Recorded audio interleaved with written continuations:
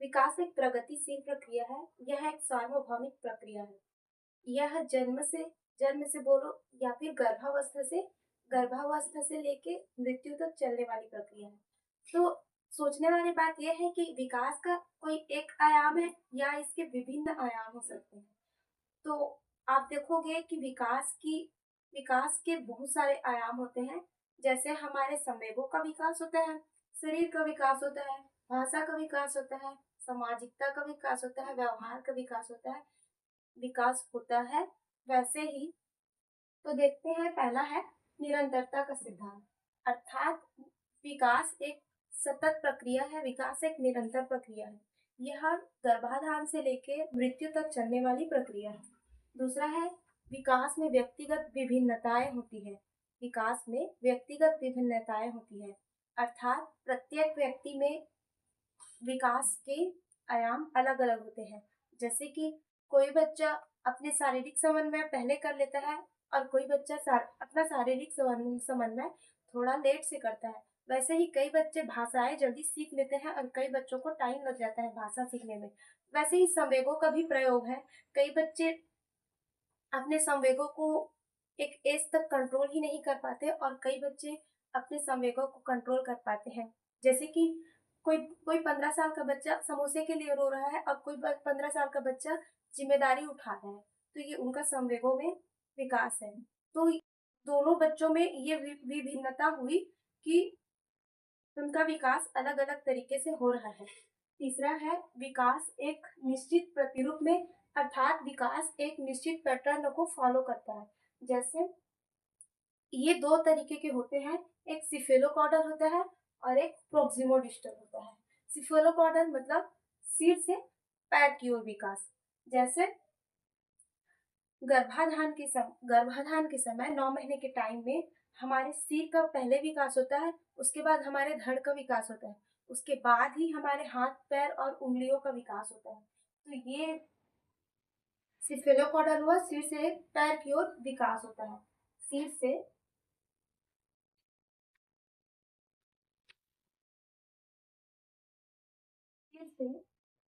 पैर की ओर, ये धड़ हो गया, ये धड़ हो गया, पैर और हाथ का विकास होता है। ठीक है।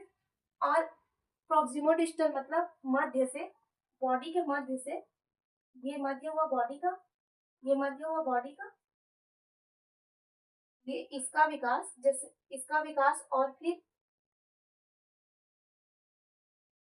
मध्य से दूर की ओर होता है, मध्य से दूर की ओर होता है। प्रोक्सिमोडिस्टल में पैटर्न फॉलो होता है मध्य से दूर की ओर। मतलब गर्भाधान के समय, गर्भावस्था में मध्य का विकास पहले होता है। जैसे हृदय का विकास हुआ, सर का विकास हुआ और ऑर्गन्स का विकास हुआ। उसके बाद हाथ और पैर बनते हैं, हाथ पैर के बाद उंगलियां बनती है।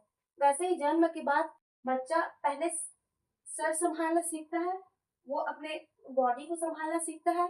उसके बाद हाथ पैरों का समन्वय स्टार्ट होता है और उसके बाद उंगलियों का समन्वय स्टार्ट होता है। जैसे आप देखोगे किसी बच्चे को कुछ खिलौना दोगे तो वो ऐसे करके पकड़ेगा जब वो छोटा रहेगा, जब उसके हाथ पैरों में अभी समन्वय नहीं आया है तो वो ऐसे करके पकड़ेगा।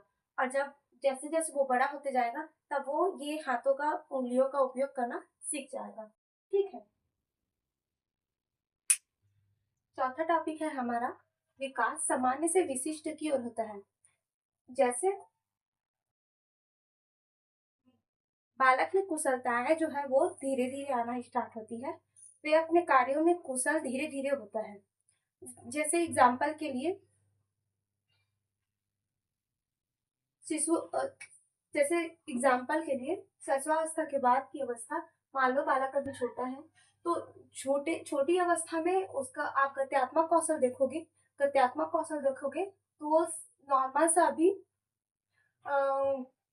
अपने अपने हाथ पैरों का अभी समन्वय स्टार्ट नहीं कर पाया है, वो फिसल के चलता है, वो लेट के चलता है, फिसल के चलता है, ऐसे ऐसे करके फिसल के चलता है जब वो शैशवावस्था में होता है। फिर थोड़ी अवस्था बाल्यावस्था में वो चलना स्टार्ट करता है, किसी के सहारे चलता है, ये उसके बाद सहारे के साथ साथ फिर चलना स्टार्ट करता है।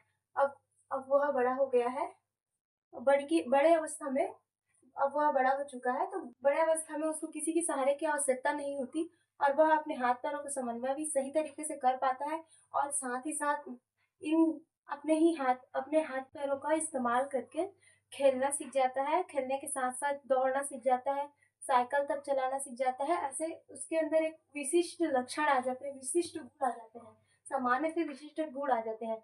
एक और एग्जाम्पल देखेंगे तो जैसे कि बालक अभी शैशवावस्था में है, तो अभी उसके पास भाषा का विकास हुआ है कि वह सिर्फ अभी बबलिंग कर पा रहा है, वो स्वर वर्ण ही निकाल पा रहा है। उसके बाद थोड़ी बाल्यावस्था में आता है तो वो 2-4 शब्द या फिर एक वाक्य बोल पाता है। उसके बाद बड़े होते होते उसके शब्दकोश में इतनी वृद्धि हो जा रहती है कि वह सारे कार्यों को डील कर पाता है, अपनी बातों को सामने रख पाता है और लोगों की बातों को समझने लगता है और लोगों से बातचीत कर सकता है, सोशल इंटरेक्शन करना सीख जाता है। तो यह हुआ हमारा सामान्य से विशिष्ट की ओर बालक का विकास।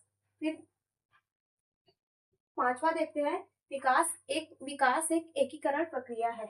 मतलब विकास का एकीकरण का सिद्धांत। एकीकरण का अर्थ हुआ हमारा इंटीग्रेटेड। इंटीग्रेटेड मतलब सबको साथ लेकर चलना। इंटीग्रेटेड का मतलब हुआ सबको साथ लेकर चलना।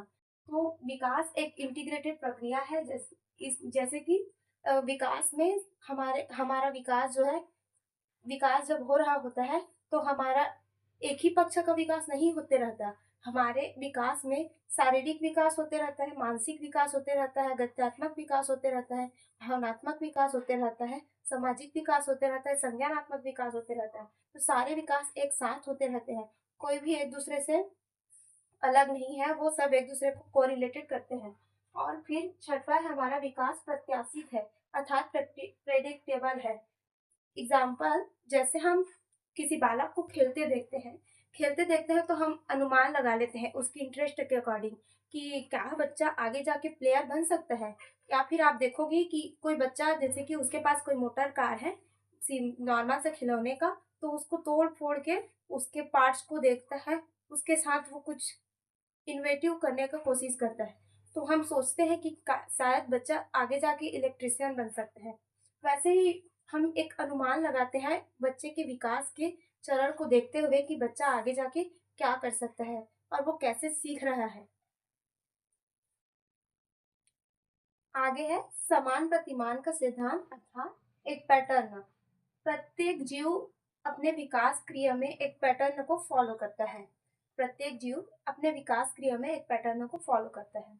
जैसे एक हाथी का बच्चा है, उसका विकास एक हाथी के जीवन चक्र के अकॉर्डिंग होता है। जैसे उसमें उसमें सूंड का होना और सूंड का समन्वय कर पाना, सूंड का यूज कर पाना, ये एक हाथी के विकास का पैटर्न होता है। जैसे एक तितली के विकास का पैटर्न होता है कि वो पहले लार्वा फॉर्म होता है, प्यूपा फॉर्म होता है, फिर कैटर होता है, कैटरपिलर, फिर उसके बाद वो तितली बनता है, फिर वो तितली बनती है। ठीक है, तो ये एक तितली के विकास का पैटर्न है। नेक्स्ट वीडियो में हम पढ़ेंगे विकास को प्रभावित करने वाले कारकों के बारे में। Thank you for watching me.